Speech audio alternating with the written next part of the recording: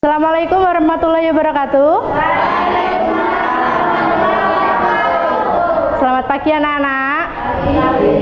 Gimana kabar kalian hari ini? Baik.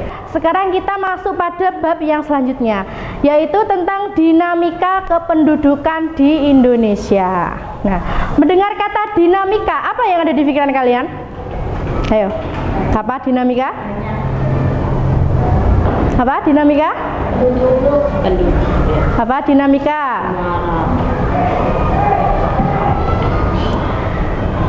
Dinamika penduduk adalah perubahan keadaan penduduk. Perubahan tersebut dipengaruhi oleh beberapa hal, yaitu kelahiran, kematian, dan perpindahan. Dimana misalnya penduduk di Indonesia sekarang dalam waktu tahun 2017 misalnya jumlahnya 2.500.000. Nah, di tahun selanjutnya itu di tahun 2018 2.600, berarti penduduk Indonesia itu bertambah apa berkurang?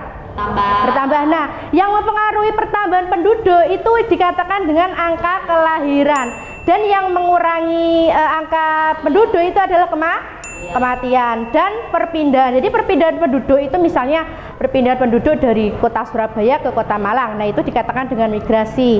Nah, perpindahan penduduk ini juga mengakibatkan perubahan. Nah, perubahan penduduk inilah yang dikatakan dengan dinamika penduduk. Untuk mengetahui dinamika penduduk, yang pertama kita lakukan adalah mengetahui jumlah penduduk. Untuk mengetahui jumlah penduduk dalam suatu wilayah biasanya dilakukan sensus penduduk, registrasi penduduk, dan survei penduduk. Jadi jumlah penduduk itu bisa berubah-ubah setiap tahun, setiap waktu. Nah, dan ada sejumlah masyarakat yang menempati suatu wilayah pada waktu tertentu. Sensus penduduk adalah rangkaian kegiatan yang meliputi pengumpulan, pengolahan, penerbitan keterangan penduduk di suatu wilayah. Terus selanjutnya, registrasi penduduk. Itu pencatatan mengenai data kependudukan yang dilaksanakan terus-menerus oleh pemerintah. Jadi ini hampir sama dengan sensus penduduk, tapi kalau registrasi penduduk itu dilakukan secara terus-menerus. Jadi mungkin dalam waktu 1 bulan, 2 bulan itu tetap meregistrasi orang-orang untuk mendata orang-orang. Misalnya mungkin dalam 1 bulan itu ada yang meninggal atau mungkin ada bayi lahir. Nah, jadi kalau registrasi itu dilakukannya secara terus menerus.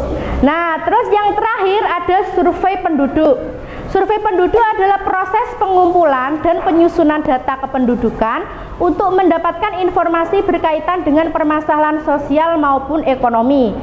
Terus yang selanjutnya, untuk mengetahui dinamika sosial yang kedua itu ada yang namanya persebaran penduduk. Persebaran penduduk adalah penyebaran jumlah penduduk dalam suatu wilayah. Persebaran penduduk itu dibedakan menjadi 2. Yang pertama berdasarkan geografis menurut batas alam seperti sungai, pantai, jalan raya, dan lain-lain.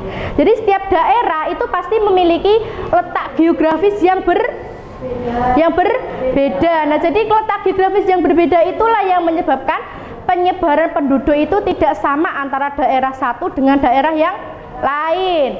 Dan yang kedua berdasarkan administrasi pemerintah menurut batas wilayahnya yang sudah ditetapkan negara, seperti contoh penduduk wilayah Surabaya, penduduk wilayah Kota Malang. Nah, itu jadi sudah ditentukan. Yang ketiga ada namanya komposisi penduduk. Nah, komposisi penduduk ini dibedakan menjadi berapa? 5. Yang pertama ada berdasarkan umur dan jenis kelamin. Jadi ada 2 yang diakui jenis kelamin yang ada di Indonesia, itu yang diakui dalam sensus penduduk itu hanya ada 2. Jadi laki-laki dan perempuan. Terus berdasarkan pendidikan, kira-kira dalam satu wilayah misalnya satu Surabaya, kira-kira pendidikannya sama apa tidak? Jadi setiap individu dalam suatu wilayah itu pasti memiliki pendidikan yang berbeda-beda. Nah, yang selanjutnya ada berdasarkan pekerjaan. Nah, kalau berdasarkan pekerjaan itu pasti sudah tentu berbeda. Misalnya kita ambil contoh satu kelas ini, pasti orang tua kalian pekerjaannya sama atau berbeda satu kelas? Berbeda. Mungkin ada yang guru, ada yang dokter, ada yang pedagang, ada yang pengusaha, ada yang petani, jadi berbeda. Nah, itu merupakan salah satu komposisi penduduk. Terus yang selanjutnya adalah berdasarkan agama. Nah, kira-kira satu Indonesia ini agamanya sama apa tidak? Berbeda. Berbeda. Jadi ada yang agamanya Islam, Hindu, Kristen, terus Katolik, Konghucu, dan lain-lain. Dan yang terakhir adalah berdasarkan tempat tinggal. Nah, kalau berdasarkan tempat tinggal, pasti dalam suatu wilayah itu juga berbeda tempat tinggalnya. Ada yang di kota, ada yang di desa, ada yang di dekat laut. Terus selanjutnya, komposisi penduduk berdasarkan kriteria tertentu. Nah, ini bisa dilihat gambarnya. Nah, jadi komposisi penduduk itu dilihat berdasarkan umur dan jenis kelamin. Ini jenis kelaminnya apa kira-kira? Laki-laki, kalau ini perempuan. Nah, terus komposisi penduduk ini juga dibagi menjadi 4. Yang pertama ada single age atau umur tunggal.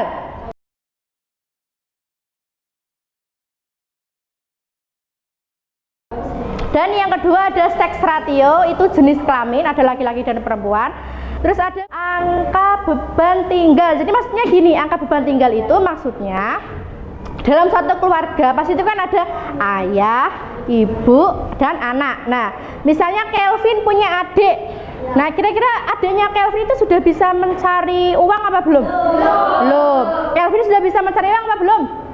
Belum. Nah, itulah yang dikatakan dengan angka beban tinggal. Jadi maksudnya dalam satu keluarga itu dia itu hanya hidupnya itu bergantung pada orang yang ada di rumah tersebut. Misalnya Kelvin dan adiknya itu kan bergantung dengan ayah dan ibunya, seperti itu. Nah, itu yang dikatakan dengan dependensi rasio. Dan yang terakhir adalah median age atau umur median. Umur yang membagi penduduk menjadi 2 bagian dengan jumlah bagian menggunakan kedua orang tua dan bayi lah. Ini juga sama. Misalnya dalam satu rumah, misalnya ada nenek kalian tinggal di satu rumah. Nah, kira-kira nenek kalian itu masih bekerja apa tidak? Tidak. Nah, itu juga merupakan angka beban rasio atau dikatakan dengan median age. Nah, selanjutnya ada pertumbuhan penduduk. Nah, pertumbuhan penduduk ini dikategorikan menjadi 3. Yang pertama, pertumbuhan penduduk alami, itu diperoleh dari selisih kelahiran dan kematian. Dalam satu wilayah, misalnya kita ambil wilayah di Malang. Misalnya ada anak umur bayi lahirnya sama, ada bayi lahirnya sama. Nah, bayi yang lahirnya sama ini tadi, yang satu di umur 20 dia sudah meninggal. Dan yang satunya lagi di umur 40 dia baru meninggal. Nah, itulah yang dikatakan dengan pertumbuhan penduduk alami. Dan yang kedua, pertumbuhan penduduk migrasi, itu diperoleh dari selisih migrasi masuk dan migrasi keluar, atau perpindahan penduduk. Misalnya Hasbi pindah ke Australia misalnya, atau mungkin pindah ke Sidoarjo. Nah, itu kan berarti kan mengalami perubahan penduduk. Jadi di tempat tinggal Hasbi yang baru itu berarti terdapat pertumbuhan penduduk dari migrasi itu tadi. Dan yang terakhir, pertumbuhan penduduk total itu diperoleh dari faktor kelahiran dan faktor kematian. Yang terakhir, keragaman etnik. Ini merupakan salah satu faktor dinamika penduduk yang dapat kita lihat berdasarkan rumah adat, pakaian adat, tarian adat, alat musik, dan bahasa daerah. Cukup sekian pelajaran kali ini. Semoga apa yang kita pelajari hari ini bisa bermanfaat. Dan jangan lupa kalian belajar di rumah. Kita lanjutkan materi selanjutnya untuk minggu depan. Dan bisa diakhiri. Saya akhiri, wassalamualaikum warahmatullahi wabarakatuh.